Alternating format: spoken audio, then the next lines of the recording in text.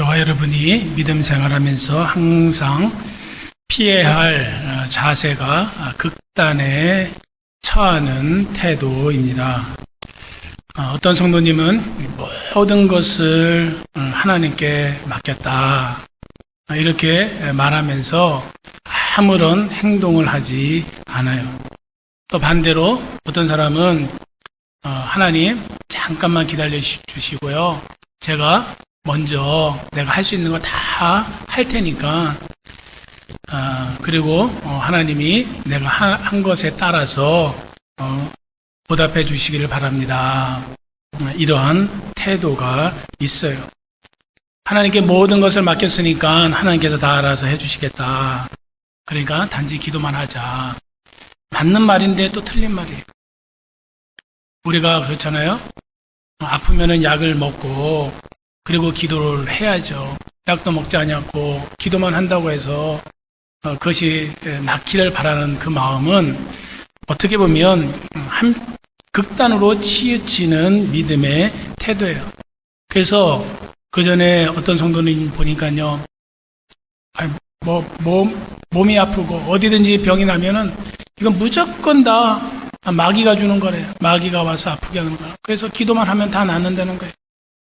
그래서요, 그러다가 죽는 사람도 봤어요. 아무리 권면을 해도 안 들어. 약을 먹으라고 해도, 의사 선생님을 만나가 해도, 병원에 가보라고 해도 안 듣는 사람이 있어요. 기도만 다 하면 된다는 거예요. 믿음 대단해. 참 부러워. 그런 믿음 갖는 것도 참 부러워, 여러분. 또 반대로 어떤 사람은 하나님, 내가 열심히 할 테니까 내가 한 것에 따라서 갚아주기를 바랍니다. 이런 믿음을 가진 사람이 있어요. 그러니까 하나님께서 내게 어떤 일을 행해 주시려면 그 근거가 뭐냐면 내가 한 것에 따라서, 바로 이 공로사상인데요. 자기가 행한 일을 보고 하나님이 나에게 무엇인가를 해줘야 돼요. 한마디로 이런 것은 뭐냐면 하나님은 빚쟁이에요. 하나님께 청구서를 보내는 거예요. 하나님, 내가 이렇게 했으니까, 내가 이런 일을 했으니까 하나님 거기에 응당한 보답을 해주시기를 바랍니다. 이렇게 공로사상에 근거해서 믿음 생활을 하는 사람이 있어요. 이런 사람은요, 매사에 보면 시험에 들어. 자기가 한 것에 대한 그 보답이나 응답이 없을 때 항상 믿음이 흔들리는 것을 보게 돼요. 그래서 바른 믿음, 좋은 믿음은 어떤 믿음이냐면 모든 것을 하나님께 맡기되 자신이 최선을 다해서 할 수 있는 하는 믿음의 자세예요. 행위예요. 모든 일은 하나님의 섭리 가운데 있는 줄 믿습니다. 그러면서 내가 할 수 있는 일, 내게 주신 그 능력 가지고 내가 해야 될 일을 감당해야 되는 거예요. 그러면 하나님께서 함께 주시는 것을 보게 돼요.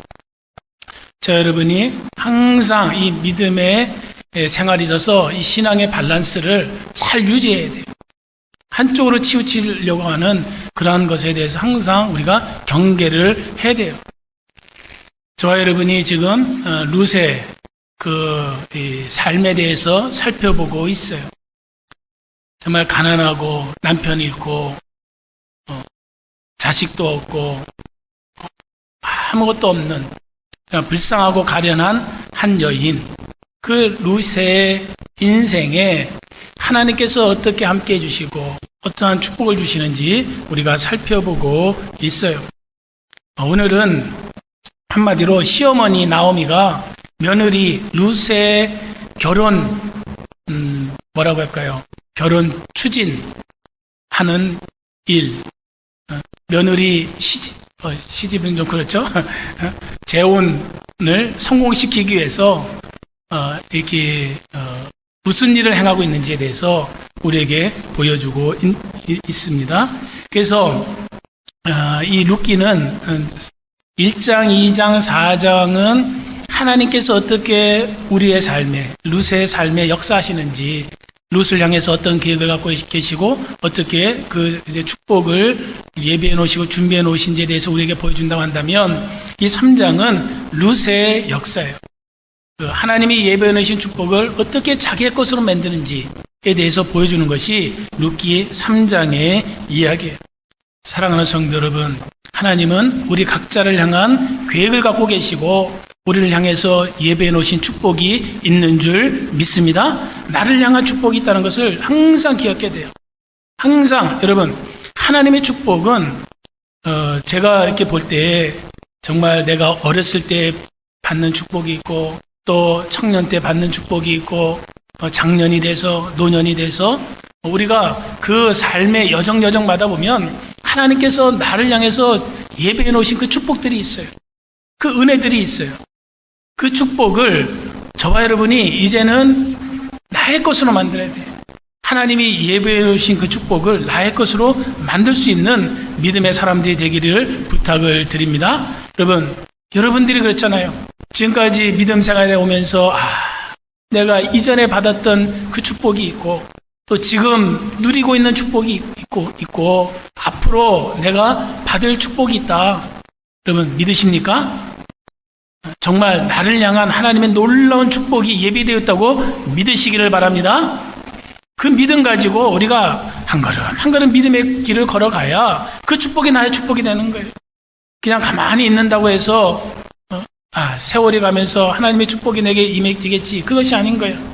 자, 우리가 하나님께서 나를 위해서 예배해 놓으신 그 축복을 나의 축복으로 좀 만들기 위해서 그 하나님의 축복을 정말 누리며 살기 위해서 우리가 어떻게 해야 되느냐? 먼저 우리가 여러분 가장 중요해요. 영적인 분별력으로 계획을 세워야 돼요. 영적으로 분별할 수 있어야 되고 계획을 세워야 되는 거예요. 룻이 보아스의 밭에 가서 이삭을 줍게 돼요. 많은 양의 그 이삭을 줍고 집으로 돌아오게 됩니다.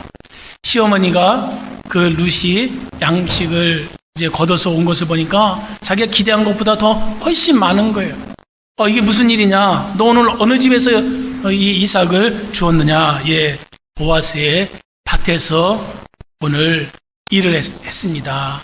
그리고 보아스가 배려를 해주어서 내가 다른 데 가지 않냐고 그 밭에서만 이삭을 줍는데 일부러 또 보아스가 일꾼들에게 이야기를 해서 볕단이나 그 보리 단에서 조금 더 빼서 내 앞에 떨어뜨리게 했습니다. 그래서 내가 이렇게 많은 양의 그 양식을 구해서 올 수가 있었습니다. 라고 이제 이야기를 하게 되자 나오미가 듣자마자 보아스는 우리와 친척인데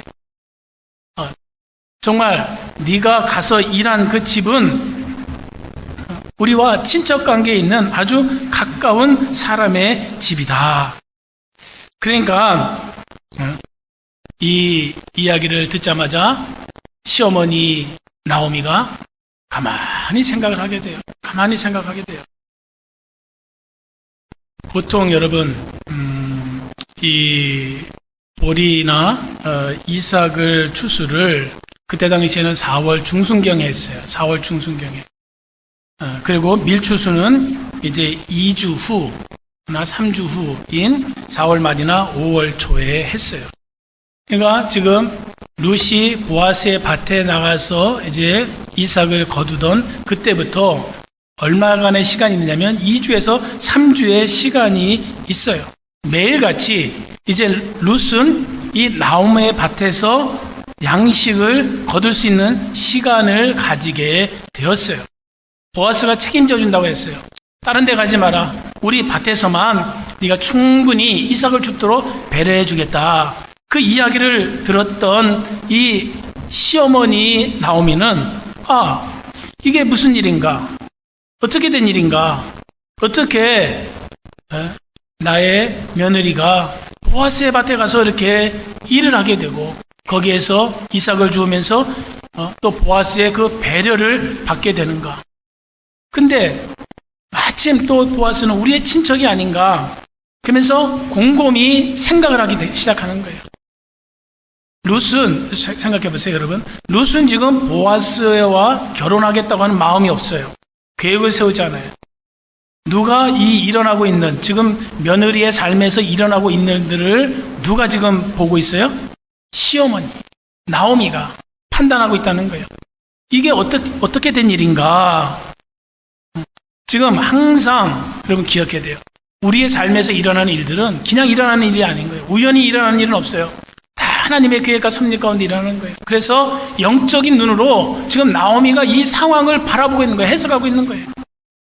아, 이건 분명히 하나님의 뭔가 뜻이 있구나. 내 며느리 룻과 친척 관계에 있는 보아스와의 그 결혼, 이것까지도 생각할 수 있는 상황이 아닌가라고 이렇게 바라보게 된다는 거예요. 하나님께서 정말 내게 베풀어 주신 이 상황이라면 어떻게 할 것인가? 나오미는 가만히 그것을 묵상하기 시작하는 거예요. 그러면서 분명히 이건 하나님의 뜻이다. 확신을 가지게 돼요. 그래서 오늘 말씀 1절에 보니까 이렇게 얘기해요. 룻의 시어머니 나오미가 그에게 이르되 내 딸아 내가 너를 위하여 안식할 곳을 구하여 너를 복되게 하여야 하지 않겠느냐. 여기 보면 이제 나오미가 며느리에게 내가 너에게 좀 안식할 곳을 구해야 되지 않겠느냐. 이 말은 뭐냐면 너에게 이제 결혼할 때가 된 것 같으니까 너를 결혼시켜서 이제는 정착해야 될 것 같다라고 말해주고 있는 것을 보게 돼요. 당시에 여러분 이스라엘 사람들의 그 풍습에 의하면 이 과부, 특별히 아들이 없는 그 과부는 기업을 차지할 수가 없었어요. 땅을 차지할 수가 없었어요. 그래서 과부가 이스라엘에서 정착하려면 아들이 있었어야 돼요. 반드시 아들이 있었어야 돼요. 그러면 아들이 있으려면 무엇이 전제가 돼야 되는 거예요? 결혼이 있어야 되는 거예요. 결혼해야 된다는 거예요. 그래서 지금 이 안식할 곳을 찾는다고 하는 말은 바로 이런 의미인 거예요. 네가 아들을 낳아서 안정된 그 삶을 살기를 바란다. 바로 결혼하기를 바란다는 거예요. 근데 그 대상이 누구예요? 보아스라는 거예요. 보아스가 너에게 참된 안식을 가져주기 바란다고 말을 하고 있는 거예요. 그러면서 나오미는 이제부터 그의 온 관심은 어디에 가 있느냐면 보아스한테 가 있어요. 보아스의 일거수일투족에 대해서 열심히 이제 정보를 얻기를 시작을 해요.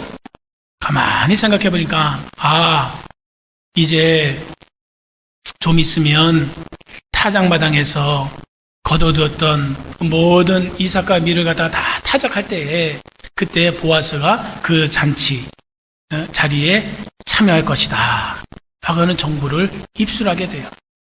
그래서 이제 나오미가 며느리 룻에게 이야기를 해요. 룻이야, 너 목욕 깨끗이 하고 그리고 좋은 옷 입고 그리고 보아스가 타작마당에서 추수 파티를 할 때에 그때 숨어 있어라.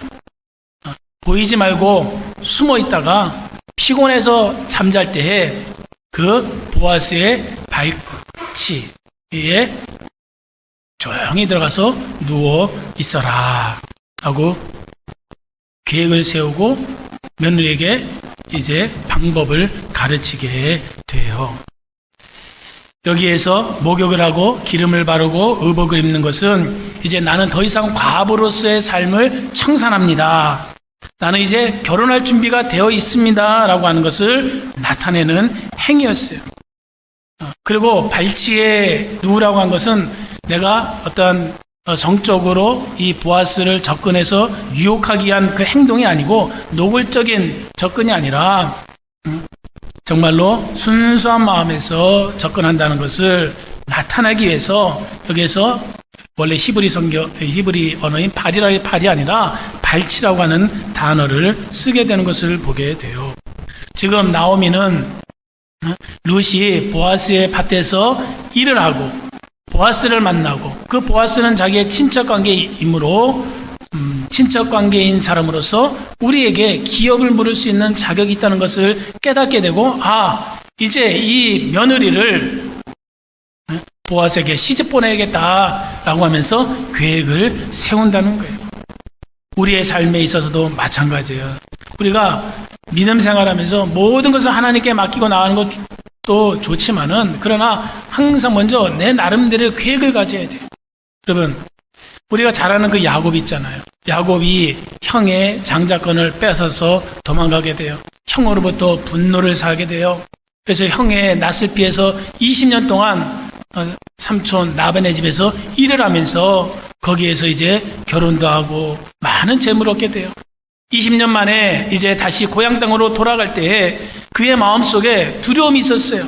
형이 나에 대해서 원한을 품고 있는데 나를 복수하면 어떻게 할까? 그 두려운 마음이 있었어요. 어떻게 하면 가면 뭐 무조건 뭔가 되겠지 라고 하는 마음으로 고향 땅으로 돌아가지 않았어요. 야곱은 형 에서를 만나기 위해서 작전을 계획을 세워요. 먼저 자기가 얻은 많은 이 재물을 가지고 그 중에 일부를 떼어서 종들을 렌테 손에 먼저 형한테 보내주는 것을 보게 돼요. 먼저 예물을 받고 마음을 풀어줬으면 좋겠다. 그리고 난 다음에 이제 순차적으로 자기의 자식들을 앞세워서 내보내고 자기도 맨 마지막에 혼자 남아서 하나님께 기도하고 그리고 나서 형을 만나러 가잖아요. 그죠? 모든 일을 여러분 항상 영적인 눈으로 바라보고 정말 계획을 잘 세우는 그리고 믿음으로 행하는 정말 하나님의 사람들이 되기를 부탁을 드립니다. 무작정 그냥 우리가 믿음 생활하면서 어떻게 흘러가면서 되겠지 이런 마음 가지면 안 돼요. 정말 내 나름대로 내 삶에서 주어진 여건 속에서 내게 어떤 기회가 있는가, 하나님께서 나에게 주신 것이 무엇인가, 어떠한 환경을 주셨는가 그것을 살피고 그 가운데서 하나님 정말 이렇게 되기를 원합니다 라는 그 마음을 가지고 계획을 세우면서 나아가야 되는 거예요. 여러분 이렇게 했을 때 여러분 모든 것이 또 이루어지는 것 아니에요. 우리가 계획만 세운다고 해서 되는 것이 아닌 거예요. 계획 다음에 이루어질 것이 뭐야? 순종인 줄 믿습니다. 계획을 세우고 난 다음에 우리가 믿음으로 순종하면서 나아가야 되는 거예요. 시어머니의 말을 듣자마자 루시 어머니 제 삶은 내가 알아서 할 테니까 걱정하지 마세요. 저 아직도 어리고 앞으로 기회도 많으니까 그냥 시어머니만 잘 모시고 살겠습니다. 제 결혼 문제는 제가 알아서 해결하겠습니다. 이렇게 대답하지 않았어요. 여러분 루시라는 이 여인은 한편으로는 또 자기 주장, 자기 개성이 강한 여자였어요. 시어머니의 말을 처음에 한번 뿌리쳤죠. 그가 고향 땅을 떠날 때 시어머니가 너 그냥 고향 땅에 살아라. 나 쫓아와야 아무것도 없다. 이렇게 이야기했을 때 뭐라고 얘기했어요? 아닙니다. 나는 어머니 쫓아서 가겠습니다. 자기 주장을 내세우고 이 예루살렘까지 온 여인이 루시였어요. 또 예루살렘에 와서는 어떻게 했어요? 그냥 집에 가만히 있지 않았어요. 시어머니가 알아서 음식 구해오겠지. 여기 일가 친척이 있으니까 친척들에 가서 손 벌려서 음식을 구해오겠지. 나는 가만히 있으면은 뭔가 되겠지. 그러지 않았어요. 스스로 먼저 나아가서 밭에 나가서 양식을 구했던 여인이 바로 이 루시였어요. 이처럼 자기의 개성이 강한 여자가 루시였었는데 시어머니가 너 결혼해라 라고 이렇게 권면했을 때에 여러분 아닙니다. 그가 거부하지 않았다는 거예요. 5절 말씀에 보니까는 이렇게 얘기해요. 루시 시어머니에게 이르되 어머니의 말씀대로 내가 다 행하리이다. 어머니의 말씀에 순종하겠습니다. 내가 타작마당에 내려가서 시어머니의 명령대로 어머니의 말씀대로 목욕을 하고 의복을 입고 보아스가 누워있을 때 내가 몰래 그의 발치에 가서 눕겠습니다 라고 이야기하는 것을 보게 돼요. 순종했다는 거예요. 이 순종에 대해서 두 번 강조하게 하는 것을 보게 돼요. 6절 말씀해 보니까 또 이렇게 해요.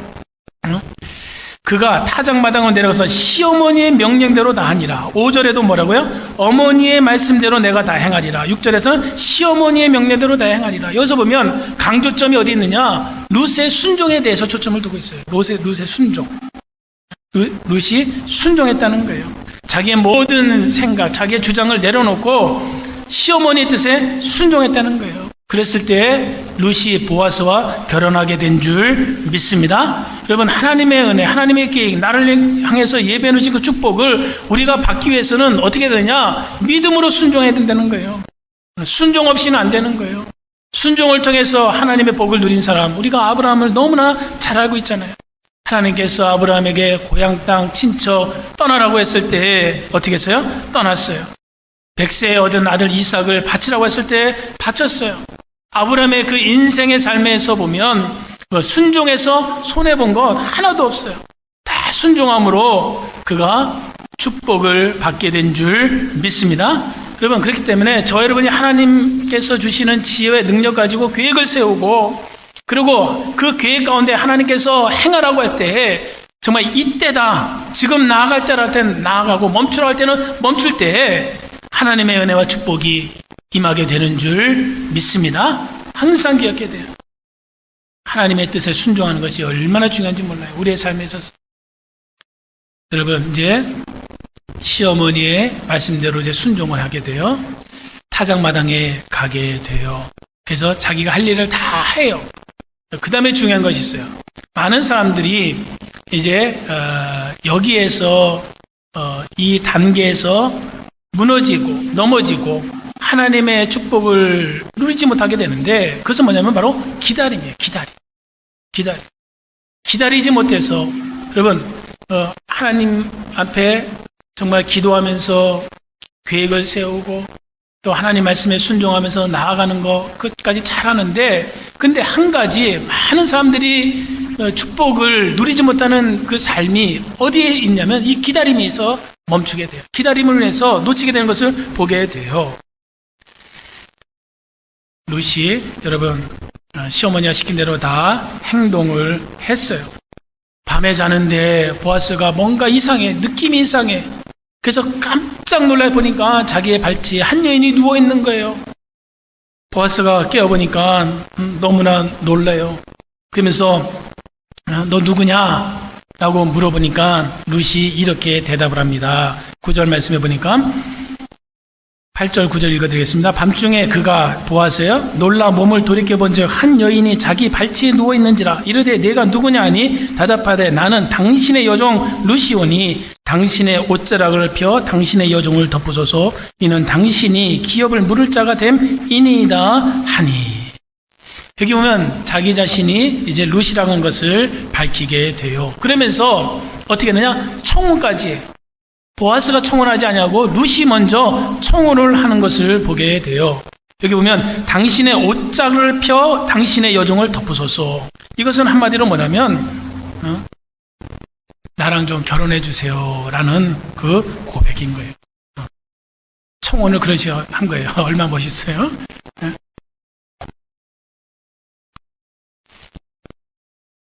내 인생 책임져 주시기를 바랍니다 라고 하면서 이렇게 청혼을 하게 돼요. 자, 근데 이렇게 청혼한 그 근거가 무엇이냐? 그것은 하나님의 뜻이었습니다. 하나님의 계획입니다 라고 하면서 이야기해 주는 것이 뭐예요? 당신이 누구냐? 당신은 기업을 물을 자가 됩니다. 내게 기업을 물을 자다. 이게 중요하잖아요. 우리가 잘 알잖아요. 기업을 물을 자. 기업을 물을 자. 말씀드린 것처럼 과부는 땅을 차지할 수가 없었어요. 아들이 없으면. 그래서 과부가 남편의 그 재산을 얻기 위해서는, 이어받기 위해서는 아들이 있었어야 돼요. 아들이 없으면 그 과부는 남편의 소유물을 모든 것을 다 친족한테 빼앗기게 돼요. 주변에 있는 식구들이, 형제들이 다 가져가게 되어 있어요. 그래서 과부는 아들을 얻어야만이, 아들을 낳아야만이 남편의 모든 재산을 다 이어받을 수가 있었어요. 그래서 남편의 그 이 유산을 얻기 위해서 과부가 할 수 있는 것이 무엇이냐면 남편 대신에 자기에게 아들을 줄 사람이 필요했어요. 그것이 1순위가 누구예요? 남자 형제들이었었고, 그 남자 형제들이 없으면 그 다음에 이제 친척으로 가게 되어 있었어요. 근데 이 친척들이나 형제들이 이 과부의 재산을 다시 찾기 위해서는 무슨 일을 해야 되냐면, 그래서 갖다가 뭐 결혼만 해서 아들을 낳아준다고 해서 얻는 것이 아니에요. 자기 돈으로 남편의 그 재산을 다시 사서 주어야 되는 거예요. 그것이 기업 물을 자예요. 기업 물을 자. 이해하시겠죠? 이것을 고엘이라고 하는데, 그러니까 기업 물을 자는 내가 새로운 여자랑 결혼을 해서 아들 낳으니까 좋겠다, 그것만 있는 것이 아니에요. 어떤 책임이 따로 하냐면 그 여인의 잃어버렸던 재산을 자기 돈으로 사서 그것을 되돌려줘야 되는 그 책임이 있다는 거예요. 그게 기업 물을 자였던 거예요. 그러니까 기업 물을 자들이 그 순번이 됐을 때 그것을 잘 안 하려고 했어요. 왜? 경제적인 손실이 있기 때문에. 경제적인 손실이 있기 때문에. 근데 가만히 생각해 보니까 보아스가 자기는 1순위가 아니야. 자기가 이 기업 물을 수 있는 그 순위가 있었단 말이에요. 근데 룻에게 기업 물을 자의 그 위치가 자기가 아니었어요. 1순위가 아니었어요. 자기보다 앞선 사람이 있던 것을 보게 돼요. 그때 보아스가 뭐라고 얘기합니까? 좀 기다려달라. 13절에 보니까는 이렇게 얘기해요. 12절로 13절 볼까요? 참으로 나는 기업 물을 자이나 기업 물을 자로서 나보다 더 가까운 사람이 있으니 이 밤에 여기서 머무르라. 아침에 그가 그 기업 물을 자의 책임을 내게 이행하려 하면 좋으니 그가 그 기업 물을 자의 책임을 행할 것이니라. 만일 그가 그 기업 물을 자를 책임을 내게 이행하기를 기뻐하지 아니하면 여호와께서 살아계심을 두고 맹세하노니 내가 기업 물을 자의 책임을 내게 이행하리라. 아침까지 누워 있을지니라 하는지라. 새벽에 일어나서 한 여인이 자기 발치에서 잠을 자고 있었어요. 근데 그 여인이 자기한테 청혼을 해요. 당신은 내 기업 물을 자입니다. 나랑 결혼해 하셔야 됩니다. 이렇게 청혼하니까 잠깐만 알았다. 내가 기업 물을 자는 알겠는데 근데 나보다 순번이 앞선 사람이 있다. 내가 그 사람한테 아침에 가서 물어보겠다. 그 기업 물을 자의 그 책무를 다하겠느냐. 그리고 만약에 그 사람이 좋다고 한다면 그 사람이 하는데 아니라고 한다면 내가 책임져 주겠다. 기다려 달라라고 이야기하게 돼요. 이 이야기를 들었을 때 룻이 무슨 소리입니까? 나는 당신밖에 없습니다. 난 당신이랑 결혼해야 됩니다. 왜 책임을 회피하려고 합니까? 라고 따지지 않았어요. 기다리라고 했을 때 이 룻이 기다리는 것을 보게 돼요. 그러면서 이제 시어머니한테 가서 다 보고를 해요. 그날 밤에 있었던 모든 일을 다 보고를 하자 그 나오미가 이렇게 대답을 하게 됩니다. 18절 말씀 보니까 이에 시어머니가 이르되 내 딸아 이 사건이 어떻게 될지 알기까지 앉아 있으라. 그 사람이 오늘 이 일을 성취하기 전에는 쉬지 아니라 하니라. 앉아서 기다리라. 보아스가 이 모든 일에 책임을 지고 다 어떻게 행동을 취할지, 정말 너를 아내로 맞이할지 그가 결정하고 사건을 처리할 테니까 너는 기다리고 있으라.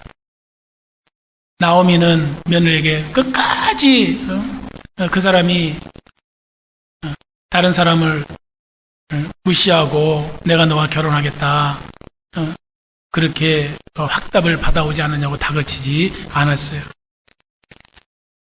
기다리라고 했을 때 룻은 어머니 왜 정말 나를 이렇게 창피함을 줍니까? 그 사람이 보니까 눈치가 피하는 것 같은데 그래서 나한테 자기 순번도 아닌데 내가 한번 알아보겠습니다 라고 이렇게 이야기를 듣게 합니까? 짜증을 내지 않았어요. 나오미는 우리가 할 일은 다 했다. 이제 우리는 기다리자 라고 이야기를 하게 돼요. 지금 또 룻은 또 나오미는 여기서 보면 사람들에게 아침에 일어나서 여러분 내가 밤사이에 보아스와 같이 잠을 잤습니다. 이렇게 소문을 내고 떠들지 않았어요. 그렇게 해서 보아스를 자기의 남편으로 삼으려고 하는 그런 행동을 취하지 않는 것을 보게 돼요. 기다렸다는 거예요. 사랑하는 성도 여러분, 우리가 믿음으로 순종한 이후에는 기다리시기를 부탁을 드립니다. 모든 것이 하나님의 손에 달려있어요. 그래서 기다리게 되면 하나님의 때에 아름답게 이루어지는 줄 믿습니다. 근데 기다리지 못하는 사람이 있어요. 여러분 그렇잖아요. 사람이라는 게 정말 심각한 병에 걸리면 귀가 얇아져. 어떤 사람은요 정말 의사 선생님 말씀대로 잘 듣고 가다가 옆에 있는 사람이 의사 선생님들로 인해서 얼마나 많이 죽는지 아느냐, 의사의 오진이 얼마나 많은지 아느냐. 지금도 여러분 의사의 오진이 15%야. 의사 선생님이 그래서 사망에서 죽게 되는 비율이 50에서 70%야. 여러분, 우리가 인간은 완벽하지 않잖아요. 불안하잖아요. 이 세상에 완벽한 인간이 어디 있습니까? 그러니까 의사도 실수한단 말이에요. 지금 평균적으로 미국의 의사의 오진 확률이 15%야, 여러분. 그래서 어떤 사람은 그래요. 의사가 이렇게 오진이 높으니까 내 말 들으라고, 내가 자연요법으로 이거 해서 나았다고. 이렇게 얘기하면요, 사람이요, 솔깃해. 그래서 모든 그 의사 선생님의 처방을 끊고 사람들의 말에 쫓아가다가 결국은요, 치료 시기를 놓쳐서 죽는 사람도 봤어요. 기다리지 못해. 뭔가 빨리 낫고 싶어. 여러분, 다 때가 있는 거예요. 모세가 이스라엘의 지도자로 세움받기 위해서는 광야에서 40년을 기다려야 됐어요. 우리가 기다린다는 거 참 불안한 거예요. 여러 가지로 내 마음에 정말 두려움이 있어요. 기다리는 동안에. 불확실함으로 인해서 우리가 여러 가지 두려운 마음이 있어. 그러나 우리가 기다리게 되면 하나님이 예배해 놓으신 축복을 나의 축복으로 삼게 되는 줄 믿습니다. 사랑하는 성도 여러분, 여러분의 어떠한 생각, 어떠한 계획이 있는지 모르겠어요. 정말 그 계획이 하나님의 계획이라고 확신한다면 믿음으로 순종하시고 기다리시기를 부탁을 드립니다. 그러면 반드시 틀림없이 하나님께서 나를 위해서 예배해 놓으신 축복, 나의 축복이 되는 역사가 임하게 될 줄 믿습니다.